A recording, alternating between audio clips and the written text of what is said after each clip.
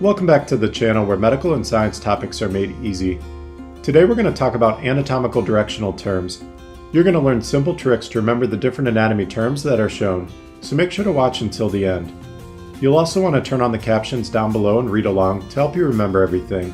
So let's jump right into it. As we go through the different directional terms, there needs to be a standard body position that we're using. This is called the standard anatomical position. You might remember from the previous video on body planes and sections that the correct anatomical position is standing upright with the head and eyes directed straight ahead. The arms are hanging at the sides and slightly away from the trunk so they're not touching the sides. The palms are facing forward and the thumbs are pointing away from the body. The legs are parallel and the feet are flat on the ground facing forward. Finally, right and left refer to the patient's right and left side as indicated by the R and L. So if you were looking at the patient, the right side would be your left side, and the left side would be your right side. The anatomical position gives us a consistent universal way of discussing anatomy, and it creates clear reference points as we go through the different anatomical terms. For more information on the anatomical position, make sure to check out the previous video on body planes and sections because that goes into more detail. It'll be linked down below in the description. The first pair of directional terms is medial and lateral. To better understand medial and lateral, let's divide the body into right and left sections using a sagittal plane. Remember in the previous video on body planes that the sagittal plane runs vertically front to back and it divides the body into right and left sections. The line you see represents the midline of the body. The midline is an imaginary vertical line down the middle of the body and it divides the body into equal right and left sections. The easy way to remember the definition of midline is to think of midline and middle. That midline is going to be our reference point when describing medial and lateral. If we move toward the midline of the body, then we're moving medial. So medial is defined as the middle or toward the midline or middle of the body. In other words, we're moving away from the sides and toward the midline. This is medial. Medial is simple to remember. Use the letter M to think of medial, midline, and middle. If we move away from the midline of the body, then we're moving lateral. So lateral is defined as the side or toward the side of the body. In other words, we're moving away from the midline and toward the sides. This is lateral. Lateral can be remembered by thinking of your lats, which are your side back muscles. Let's look at some examples of medial and lateral. We can say the nose is medial to the eyes because the nose is more toward the midline compared to the eyes. We can also say the eyes are lateral to the nose because the eyes are more toward the side of the body compared to the nose. If the woman had 2 freckles on her face, as shown on the image, you could describe freckle 1 as being lateral to freckle 2, or you could say freckle 2 is medial to freckle 1. If we go back to our original image, we can see the arms are lateral to the torso, and the torso is medial to the arms. We can also use directional terms for internal structures. For example, the lungs are lateral to the heart, and the heart is medial to the lungs as depicted by the image. So hopefully medial and lateral make sense now. Remember, medial is toward the midline, and they both start with the letter M, and lateral is toward the side, and the lat muscles stretch toward the side of the body. The next pair of directional terms is superior and inferior. This time we're going to divide the body into upper and lower portions using a transverse plane. Remember in the previous video on body planes that the transverse plane runs horizontally and it divides the body into upper and lower sections. That transverse line is going to be our reference point when describing superior and inferior. If we move toward the head, then we're moving superior. So superior is defined as above or toward the head. You can think of superior and skull because they both start with the letter S, and this can help you remember superior is toward the head. If we move away from the head, then we're moving inferior. So inferior is defined as below or away from the head. You can use the F in inferior to think of floor, and this can help you remember inferior is toward the floor. Superior and inferior also go by different names. Another name for superior is cranial, which makes sense because we're moving toward the cranium or head. Another name for inferior is caudal. Caudal means tail, so it makes sense that inferior is also known as caudal because we're moving toward the tail or away from the head. Let's look at some examples of superior and inferior. If we go back to our same image, we can say the eyes are superior to the nose, and the nose is superior to the mouth because the eyes are above the nose and the nose is above the mouth. Or we can say the mouth is inferior to the nose and the nose is inferior to the eyes because the mouth is below the nose and the nose is below the eyes. And if we go back to our freckle example, we can see freckle 1 is superior and lateral to freckle 2, and freckle 2 is inferior and medial to freckle 1. If we go back to our original image, we can see the head is superior to the torso, and the torso is inferior to the head. Finally, we can apply these terms to internal structures as well. For example, the heart is superior to the liver, and the liver is inferior to the heart. Hopefully that explains superior and inferior. Remember, superior is toward the skull, and they both start with the letter S, and inferior is toward the floor, and you can use the F in inferior to help you remember that. Finally, don't forget that superior can also go by cranial, and inferior can also go by caudal. You can also use these terms to describe different sides of a structure. For example, if we look at the right lung, this will be the lateral aspect because it's toward the side of the body, and this will be the medial aspect because it's toward the midline. The superior aspect will be the upper portion toward the head, and the inferior aspect will be toward the floor away from the head. Moving on to the next pair of directional terms, let's look at anterior and posterior. This time we're going to divide the body into front and back portions using a coronal plane. Remember in the previous video on body planes that the coronal or frontal plane runs vertically side to side, and it divides the body into front and back sections. That coronal line is going to be our reference point when describing anterior and posterior.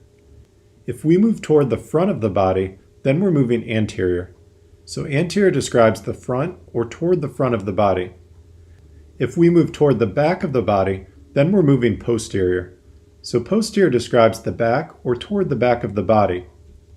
A comes before P in the alphabet, and this can help you remember anterior is in the front and posterior is in the back. Anterior and posterior also go by different names. Another name for anterior is ventral, and another name for posterior is dorsal. For ventral, you can think of a ventriloquist, which literally translates to stomach talker. We learned in our medical prefix video that the prefix ventri refers to the stomach, abdomen, or front of the body. This can help you remember ventral means anterior. For dorsal, you can think of a dorsal fin on the back of a fish to help you remember dorsal means posterior. Let's look at some examples of anterior and posterior. If we look at a side view of the brain, we can see the frontal lobe is anterior to the occipital lobe, and the occipital lobe is posterior to the frontal lobe. You could also say the patella or kneecap is located on the anterior side of the leg, and the olecranon or elbow is located on the posterior side of the arm. The next pair of directional terms is proximal and distal. These terms are most commonly used on the extremities and tubular structures. If we move toward the trunk or point of attachment, then we're moving proximal. So proximal is defined as toward the trunk or near the point of attachment or origin. For proximal, you can think of the word proximity, which means near or close. If we move away from the trunk or point of attachment, then we're moving distal. So distal is defined as away from the trunk or far from the point of attachment or origin. For distal, you can think of the word distant, which means far away from. Let's look at some examples of proximal and distal. The wrist is proximal to the hand because the wrist is closer to the trunk than the hand is. The elbow is proximal to the wrist because the elbow is closer to the trunk. And the shoulder is proximal to the elbow because the shoulder is closer to the trunk. Remember, proximal means toward or closer to the trunk. We can also say the elbow is distal to the shoulder because the elbow is farther away from the trunk than the shoulder is. The wrist is distal to the elbow because the wrist is farther away from the trunk. And the hand is distal to the wrist because the hand is farther away from the trunk. Remember, distal means away from or farther from the trunk. We can do the same with the lower extremities. The ankle is proximal to the foot, the knee is proximal to the ankle, and the hip is proximal to the knee. Again, proximal means toward or closer to the trunk. We can also say the knee is distal to the hip, the ankle is distal to the knee, and the foot is distal to the ankle. Again, distal means away from or farther from the trunk. We also said proximal and distal can be applied to structures. For example, if we look at the colon, the stool first travels up the ascending colon, then through the transverse colon, then down the descending colon. Therefore, the red star on the ascending colon would be the proximal end of the colon or large intestine. More specifically, it's the proximal end of the ascending colon. The green star is located more distal on the colon, and that's because it's farther away from the starting point of the colon. And more specifically, it's located at the distal end of the descending colon. The next pair of directional terms is superficial and deep. If we move closer to the surface of the body, then we're moving superficial. So superficial is defined as closer to the surface. Superficial and surface both start with the letter S to help you remember this. If we move away from the surface of the body, then we're moving deep. So deep is defined as away from the surface of the body. The term is self-explanatory, which makes it easy to remember. Let's look at some examples of superficial and deep. The skin is superficial to the ribs, and the ribs are superficial to the lungs. Or you can say the lungs are deep to the ribs, and the ribs are deep to the skin. Remember, superficial means closer to the surface of the body, and superficial and surface both start with the letter S, while deep means away from the surface of the body. Next, we have unilateral and bilateral. These terms are pretty straightforward. Unilateral involves one side of the body. For example, there could be a rash involving only the right arm as depicted by the star. This would be a unilateral rash involving the right upper extremity. We learned in the medical prefix video that uni means one or single, which will help you remember unilateral involves one side of the body. Bilateral involves both sides of the body. For example, there could be a rash involving both arms as depicted by the two green stars. This would be a rash to the upper extremities bilaterally. We learned in the medical prefix video that bi means two or double, which will help you remember bilateral involves both sides of the body. Finally, we have ipsilateral and contralateral. Ipsilateral means on the same side of the body. For example, if a patient presents after a car accident with a laceration and an abrasion on their right arm as depicted by the two stars, then those injuries are ipsilateral to one another. We learned in the medical prefix video that ipsi means same, which will help you remember ipsilateral means the same side of the body. Contralateral means on opposite sides of the body. For example, if a patient presents after a car accident with a laceration on their right arm and an abrasion on their left arm, then those injuries are contralateral to each other. We learned in the medical prefix video that contra means opposite, which will help you remember contralateral means opposite sides of the body. Hopefully this helped you better understand anatomical directional terms. If you found the video useful, please hit the like button and comment down below. Make sure to subscribe to not miss out on future medical topics made easy. And as always, you can find all of the notes and pictures for this video on the website linked down below in the description. Thanks for watching, and hope you check out future videos.